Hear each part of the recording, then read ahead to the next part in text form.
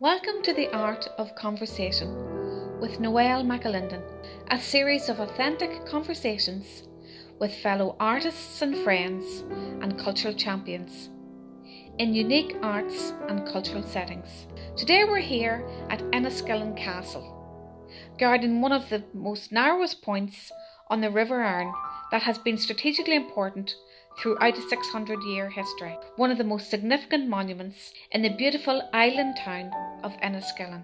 The castle houses two exquisite museums within the historic walls, the Enniskillen Museum and Fermanagh County Museum, collectively known as Enniskillen Castle Museums. The exhibition tells a story of the county's unique history and heritage, and the art collections are a fascinating gem to discover, including works by two of Fermanagh's famous sons, William Scott and T.P. Flanagan, important and significant 20th century artists, both first inspired to paint by Kathleen Bridle, artist and teacher, while growing up in Enniskillen. This painting is called Yellow Matrix, and it was presented by the family as a result of the tragedy on Remembrance Day 1987. It was presented in memory of all those who died and were injured on that tragic day. And when I look at it, I mean, there's a wonderful, splendid, vivacious colour of the yellow, and it's heightened in a way by the bare canvas peeping through.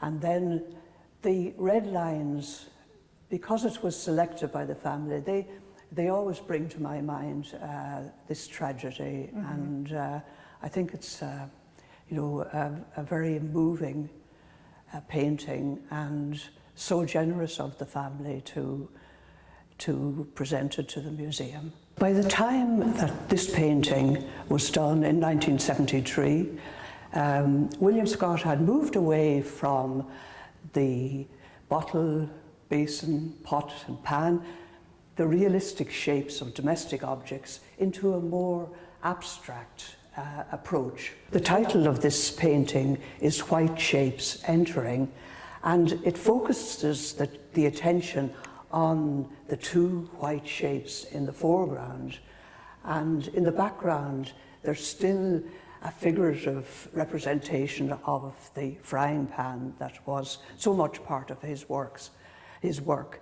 And then the shapes actually, the way white shapes entering, they take on a kind of dynamic, and they become, the importance of them in relation to the other objects. So you have a very pleasing balance. And one is also aware of the background colour of the painting, so that's a shape in itself as well. Now, this was the first painting that the museum bought of William Scott, and it was thanks to the generosity of the family, William and his family, that we were able to think of buying it, because they were very generously offered us a substantial discount, and then we were able to approach the Arts Council, and they also gave a very generous grant. The museum had now gathered 3/4 of the price of the painting, but there was still a further hurdle, and that was that we had to get the approval of a new subcommittee of the District Council, and I was very apprehensive about this. I had remembered really in my youth in Kilkenny the fierce uproar when Henry Moore's reclining figure was put on display, and I was afraid that the councillors mightn't like the abstract nature of this work. So I arrived anyway. The painting had been delivered in advance, and it had been actually put on, it's a very big painting, it had been put on display upside down with the frying pan towards the viewer. on the bottom. And of course, this was, it wasn't the right way, it certainly wasn't the right way to display it, but it was an interesting way of looking at it. But when I arrived then and got the painting put the right way up, it turned out, actually it was very lucky for me in the end, because the atmosphere changed very much in the committee, and they were all, there was an awful lot of humorous banter and a lot of jokes, mostly at my expense, but I didn't mind. And then they actually, there was no opposition at all to the purchase, and they gave their approval. So that was the way it came to us. Well, this lovely painting of flowers, a very good example of Scott's figurative work, and an early one. It was painted in 1938, and at that time the Scots, William and his wife Mary Lucas, who was also an artist and had studied with William in the Royal Academy schools. They had both started in sculpture, but in 1938 they were living in France, and they went to the art colony in Pont-Aven in Brittany, and they set up a painting school there with another English artist, Geoffrey Nelson. And it was a good setup. William taught figure and still lifes, figure painting. Mary taught sculpture and drawing, and Geoffrey then taught landscape painting. And most of the students really were amateur painters, mostly lady painters, and so it worked very well, obviously, to a very high standard. And they returned again the following summer to teach again. So I think it's a lovely example of as I said, of his early work. And to me, it's just so full of exuberance and joy, and it's joie de vivre, I think. And very different from his other work. But it's a lovely example to have, and of that period. One of the museum's most important Scott paintings is Louise, which we got the help of the Ulster Museum in that the keeper of art, Ted Hickey, was in London and spotted it in a gallery and knew of our interest. So that was, he recommended it as a very good example of Scott's early work. At this time, William and Mary were in France, and they spent the summer in Pont-Aven, headed to Paris, and visited all the museums and galleries there before heading to the south of France. So they spent the winter in the south of France, and in 1939 this was painted. The model, in fact, is from Pont-Aven. As I said, they returned to Pont-Aven, but at that time war was imminent, so they had to leave by the end of August.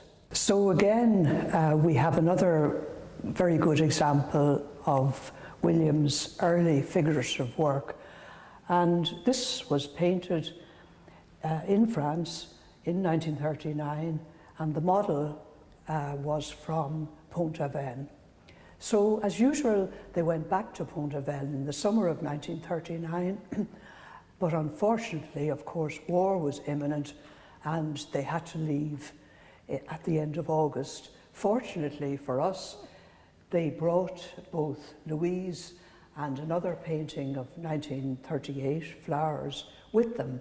So how did you actually come about it then in the end? How did you get the funding for it? Well, how did you secure all of that? Yeah, well, that's something that I wanted to tell you about, because you can't tap the same sources for funding all the time. Yes. But a new fund had been set up in London, the National Heritage Memorial Fund, and it was largely for, you know, more heritage projects, but this was the first time that they actually funded the work of a living artist. So that was wonderful to get a grant from that very eminent body. And then we had help from another source, a fund based in Dublin, the Friends of the National Collections of Ireland also came in and supported it. Now, there was no trouble at this stage. There was no need to get approval from the council, but I did have another hurdle, and that was, I remember news came in on a Friday afternoon that the funding from the Friends of the National Collections of Ireland had come through, so I was immediately on the phone in touch with the gallery owner in London where I had reserved the painting. So there was kind of silence at the other end, and then I was told that the painting, Louise, had been sold. How did you react? Oh, I was distraught, and I had a very bad weekend, I must say. But back on Monday morning, I was in fighting form, and I phoned up again, and there was no bother. The painting had been unsold, so we got it. So that was your good. Tenacity paid off. Oh, well. I'd like to read a short poem in memory of William Scott by Brendan Kennelly. It was written in 1990, just a year after William's death, and we'd like to thank Blood Axe Books of Northumberland for permission to use it. It's a delightful pen picture and built around the subject matter of many of William Scott's paintings. If I were bold enough. Hardly an outdoor man, flickering candle, domestic gold, bottle, basin, pot, pan, slowly the shapes take hold and will not be forgotten. Eggs, lemons, grapes, pears. The man walks through the kitchen, wanders among stars. A girl sits at a table, war flames. The man leaves France. Blue fish, herrings in a bowl, a jug of flowers. His kind of permanence. You might say, if you were bold enough, a black yellow bottle contains it all, but who's as bold as that? Look at the blue lady looking at the Nile. This painting is entitled Victim, and it was inspired by the work of the 17th century neoclassical artist Poussin, which Terry Flanagan would have seen in the Louvre, and an image that he remembered.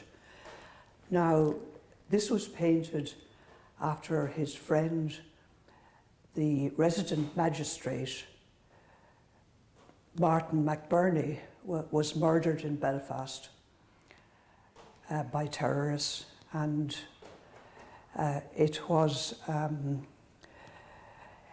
a very moving painting. I mean, the figure looks like a stone carving, but there's just one very chilling detail, and that is you realise that the 2 feet, but particularly the emphasis on the right foot there, and that was another image that it actually was. Terry saw this the television report of McBurney's body being brought to the mortuary It was obviously covered, but there was just 1 foot emerging.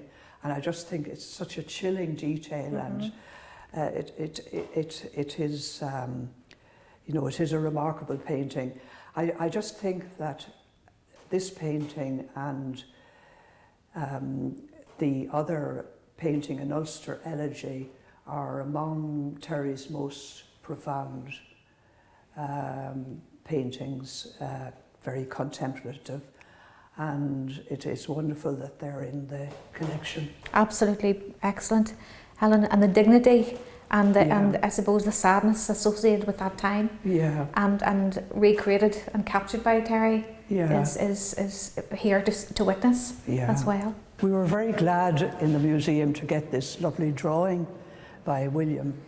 You know, painted, it was drawn in 1968, and it's got the familiar, almost abstract form of the frying pan and the 2 shapes alongside. And again, it was due to the generosity of the Scott family, because they offered us a substantial discount, and the Arts Council came in, and we also got support from the Association of Friends of the Museum, which, you know, have always supported from its foundation. Well, this painting is entitled White and Grey, and it's a very good example of William Scott's abstract period and his creation. Now, it came about with the help of Ted Hickey of the Ulster Museum. This painting had become available for sale, and he recommended that it was worth purchasing. And with great generosity, Lord Belmore stepped in and made the purchase and donated it to the museum. I'm delighted that Lord Belmore is joining us today to talk about his contribution to Enniskillen Castle Museum, and of course his long-standing relationship in terms of his role as a patron and an advisor as early as 1976.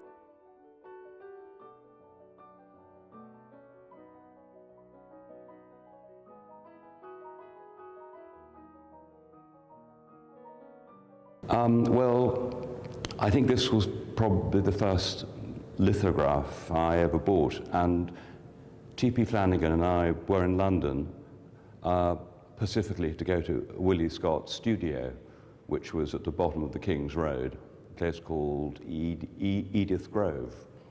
And we went to meet William there, and it was a great honour, of course, to be taken into an artist's studio, because artists, as a rule, don't like people going into their studios. And that, guys, with Terry, was made it an extra special occasion. And he had, William had lots of works of art lying around, which he was working on, but he had this lithograph there, which I spotted. And I said to him, gosh, I'd really love to own one of that series.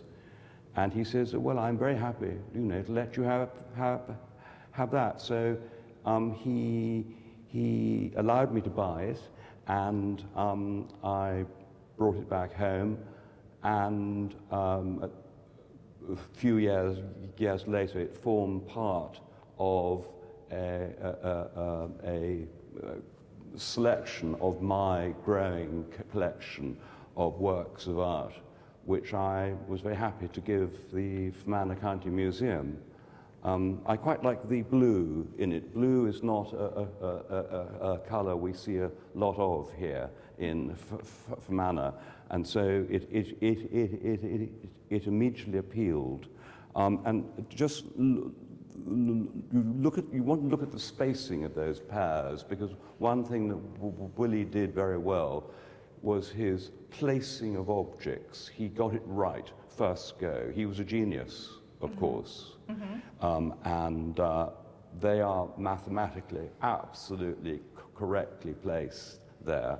It's it's a very interesting composition and popular, and so that's. I'm glad that the pairs have found a good home.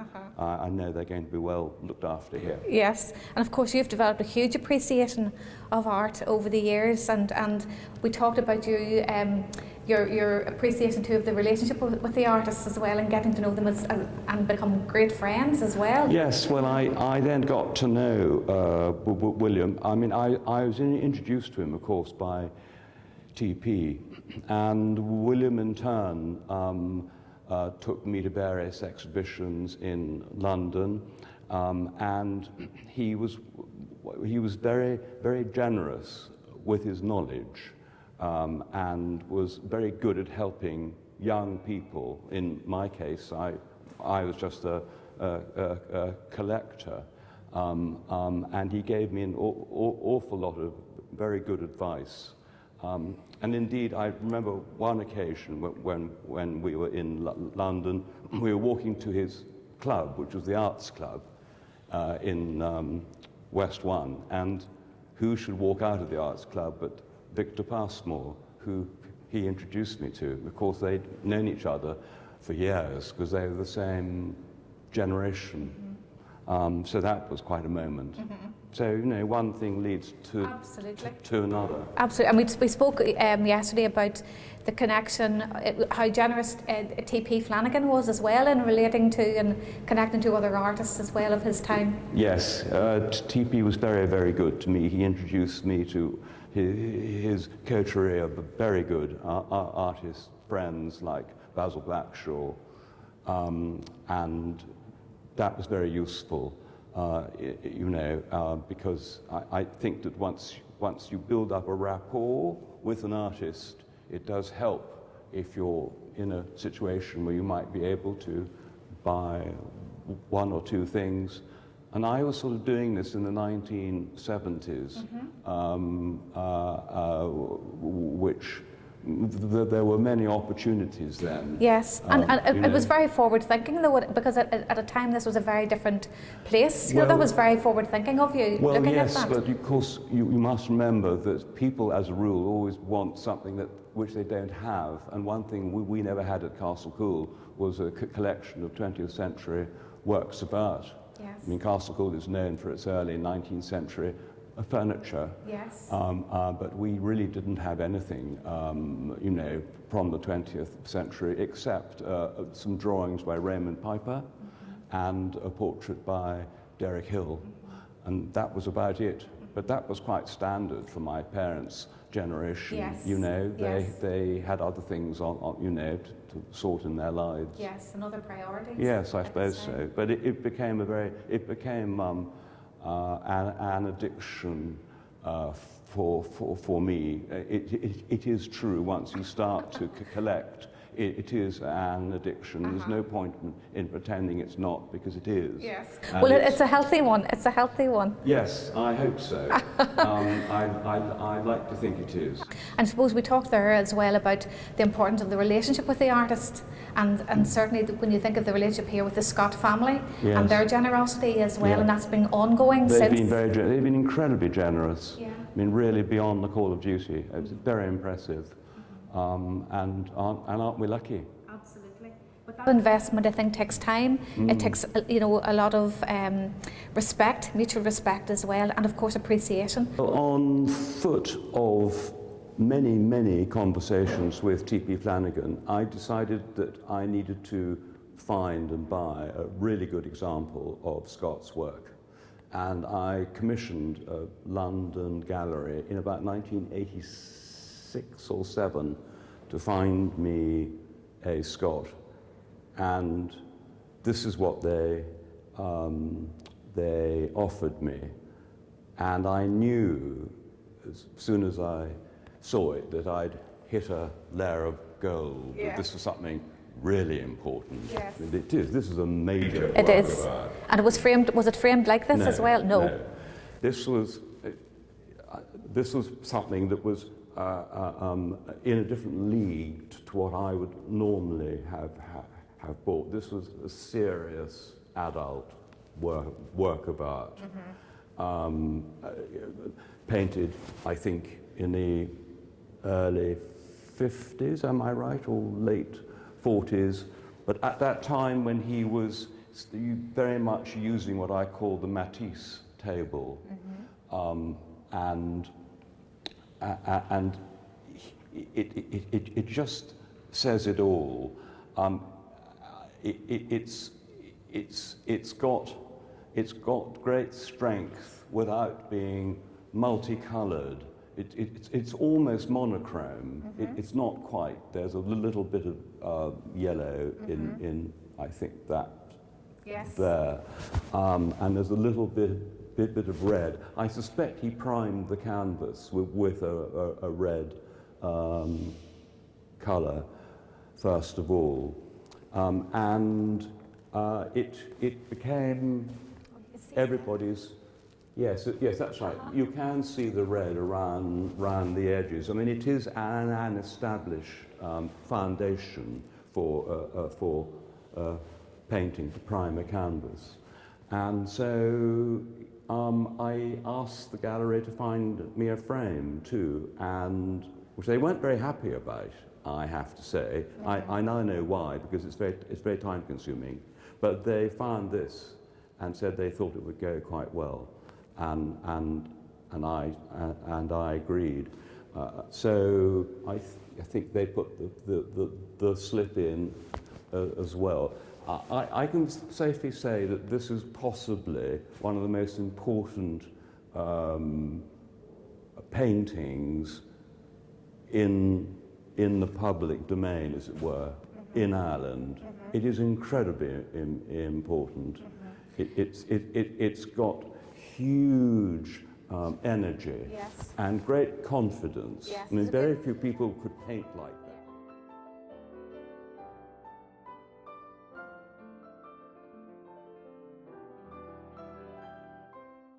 So Sarah, we're here at the museum and you are the museum manager with Fermanagh Omagh District Council, and you're in post 15 years now. You took over from Helen Lanigan Wood, and we're beside the portrait here of William Scott by his former art and design teacher, Kathleen Bridle.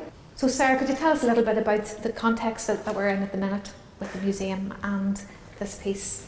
Yes, well, we're really fortunate here in Fermanagh County Museum, Enniskillen Castle, part of Enniskillen Castle Museums. We have a wonderful collection and we're able to display it in normal circumstances in the refurbished Barrack Coach House where we're standing here at the moment.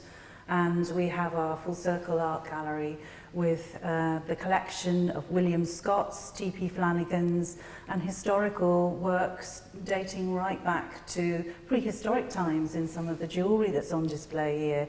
So really a wealth of creativity reflecting the county's artistic contribution really, and that link with people is key to our collections.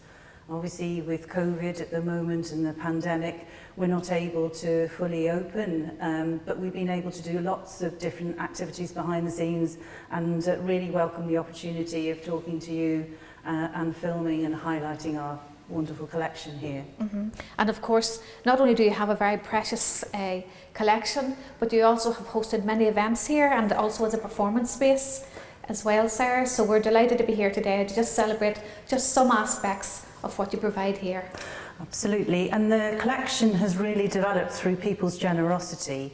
Helen before me really established the whole museum and the collection, the art collection, and with generous donors such as Lord Belmore, and also through the National Lottery Heritage Fund, the Art Fund, and most importantly as well, the Friends of Fermanagh County Museum, who have really helped us to develop these spaces, to open them up to people. It's not just the collection and the paintings. This particular work here is a wonderful work to have because it summarises so much. It is of William Scott as a young boy in Fermanagh, and it's with the art materials and painted by his former tutor Kathleen Bridle, who also nurtured William Scott's initial creativity, and both obviously then went on to make national, international reputations, and really kept their links with Fermanagh throughout the whole of their lives. And the families have been incredibly generous. This particular piece was given to us by the family, by William Scott's family, and we've also got recent works that we've been able to secure with external funding, but also through the generosity of T.P. Flanagan's family too. In the mid-1970s, I commissioned Terry to come to Castle Coole and do what I thought would be one painting, which would be what anyone else would imagine the commission would be. But in fact, Terry decided to do a series of watercolour drawings and some oils. And so over about a 2 to 3 year period, and I remember waiting for these works to be produced. It was rather like a watched cattle. I was ringing him up in Belfast saying, I'm longing to see some of this work. And he was saying, well don't worry, it will appear.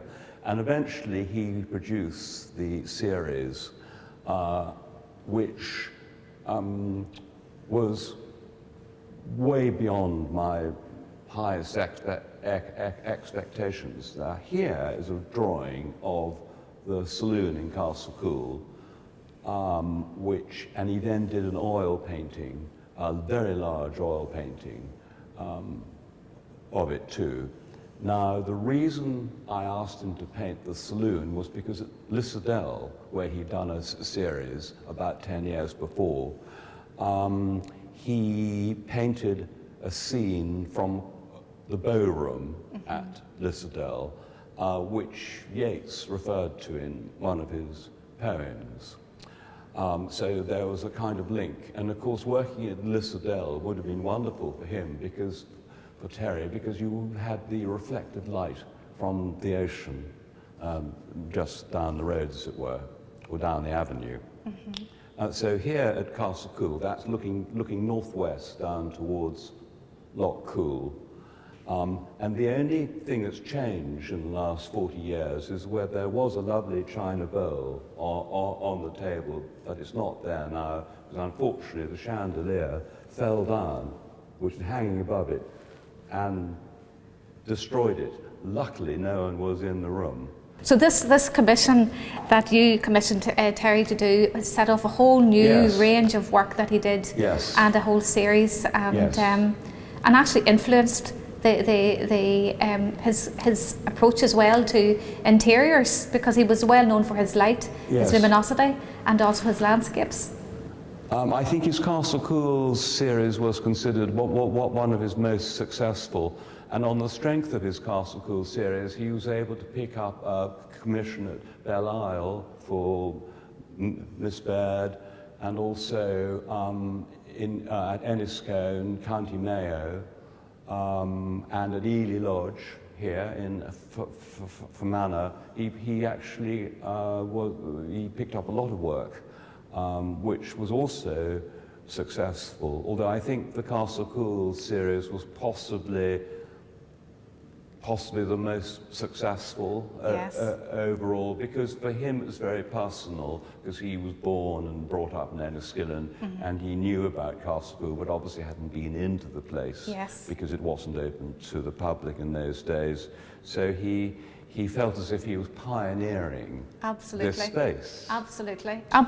And I suppose your point illustrates very, very clearly the role of the patron in supporting the artist, in supporting future opportunities and future commissions, but also back to that relationship between the artist and the man, and the friendship that you had as well, which was very, very precious too. Yes, and Terry also understood about architecture, because he taught people to draw. He knew about architecture and the Golden Triangle and things like that, and he recognized that Castle Coole is the greatest neoclassical house in Ireland, along with Sir William Chambers' house outside Dublin at Casino. Those two, Castle Coole and the Casino, are the two great 18th century architectural gems. I mean, they are within a Western European context of outstanding importance, and Terry understood all that. Yes, yes. You know, I'm a past pupil of Terry Flanagan's, and I have this card which is very precious. I was shown to you earlier, yeah, that's and very nice, yeah.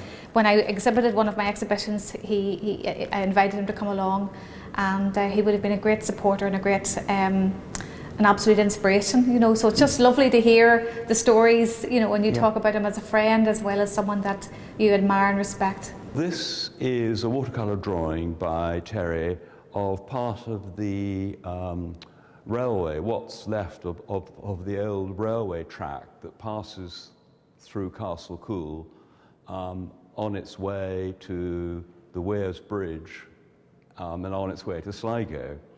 And I remember the trains quite well when I was very small, not least because I had a really charming nanny called Elizabeth Shaw, and she came from Sligo, and I sometimes used to go and stay with her at weekends with her in her parents' house.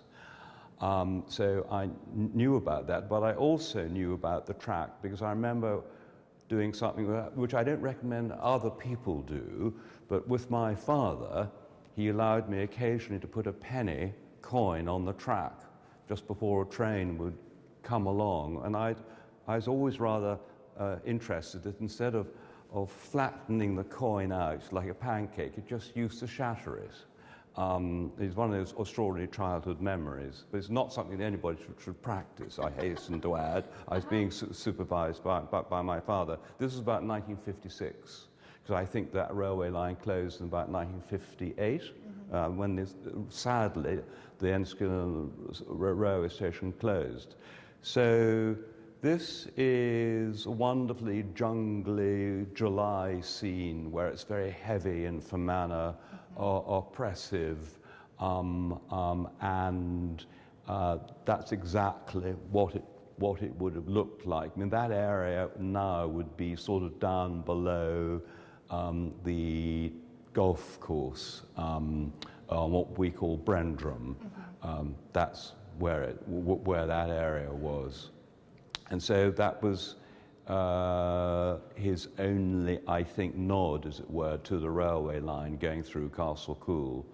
But technically it's very accomplished. You know, he obviously dampened the paper here to allow the colour to bleed through.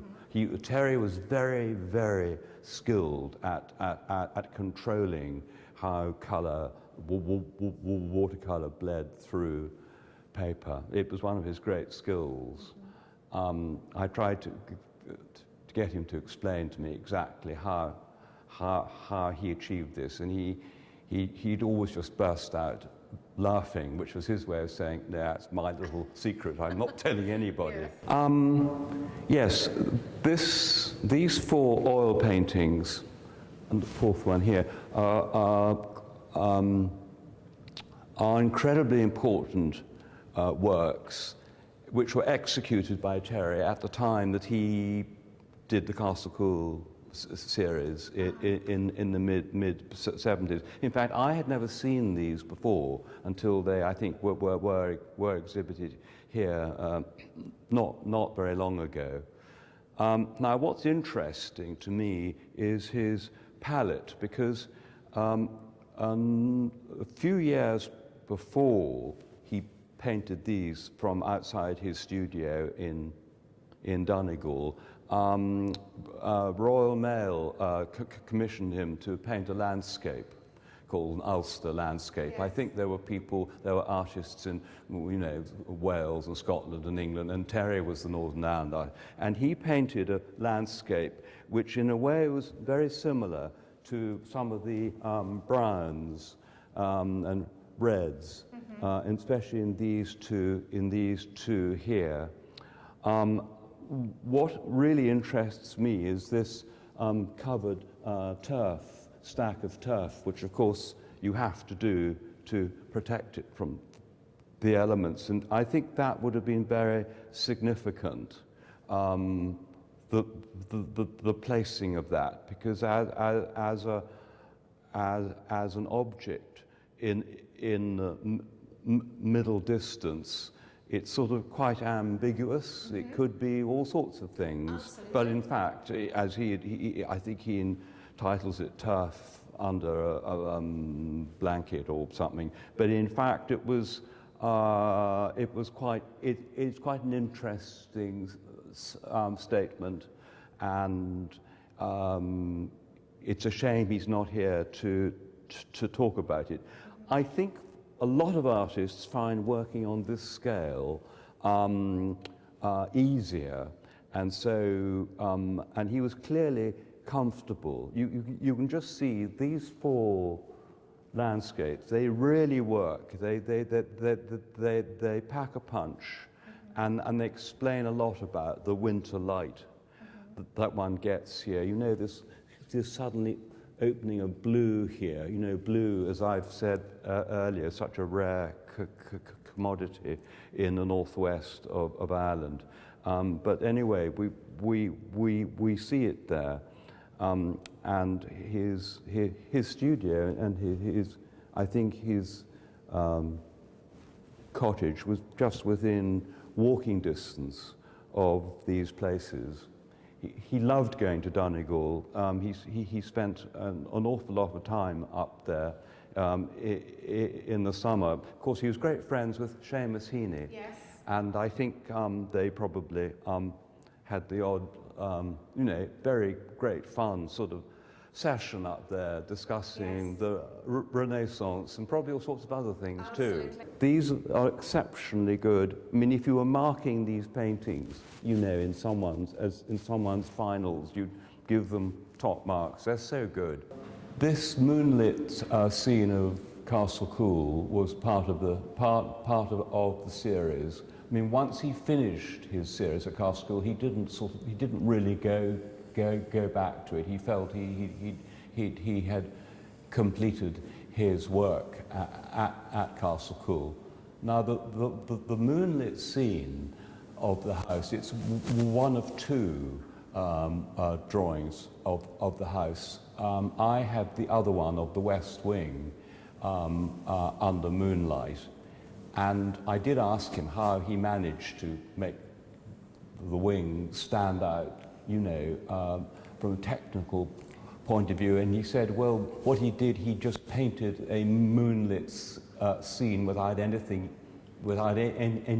buildings over the whole paper. And then he superimposed the architecture on top, so the moonlight literally bled through the house. Not in a sinister way, but in quite a nice way. But in this particular watercolour, it's interesting to get a sense of time, because if you look at the house, the top right-hand corner, there's a tree, and that tree is still there. It's a silver fir, which is called Abies alba, and all these silver firs were imported from Baden-Baden, places like that in Germany in the 18th century. So you have that tree that would have been planted probably when Castle Coole was being built, or shortly after. And to give one a really good sense of time, passage of time, the Portland stone, that the Castle Coole is faced with, Yes. is limestone, of course, and it's 500 million years old. So when we sort of wonder why the bus or something is 10 minutes late, we've just got to say to ourselves, well, hang on, we've just got to respect time, because 500 million years, it's quite a long time, but that's how old the stone is. John Belmore had commissioned Terry Flanagan to do the Castle Coole series. Miss Lavinia Baird from Belle-Isle followed with another commission, and this included, was at her very much historic home at Belle-Isle, but it included 10 paintings, and this one here and all the others were donated by Miss Baird to the museum. So again, great generosity on her part. The museum was delighted to be able to buy this lovely portrait of Kathleen Bridle, and again with help from the Arts Council. It's a beautiful painting, and Kathleen Bridle had already been a teacher, as we know, of William Scott and also of Terry himself. And so she was, when she arrived in Enniskillen, she was fresh from, first of all, the Metropolitan School of Art in Dublin, and afterwards from the Royal College in London. Friends, of course, included Henry Moore, so she certainly was somebody of great note and turned out to be a great inspiration. But this painting, it very much catches the affection of Terry for his former teacher, and it's a lovely painting, just painted a year before she died. And I think that the colour, the background colour, and really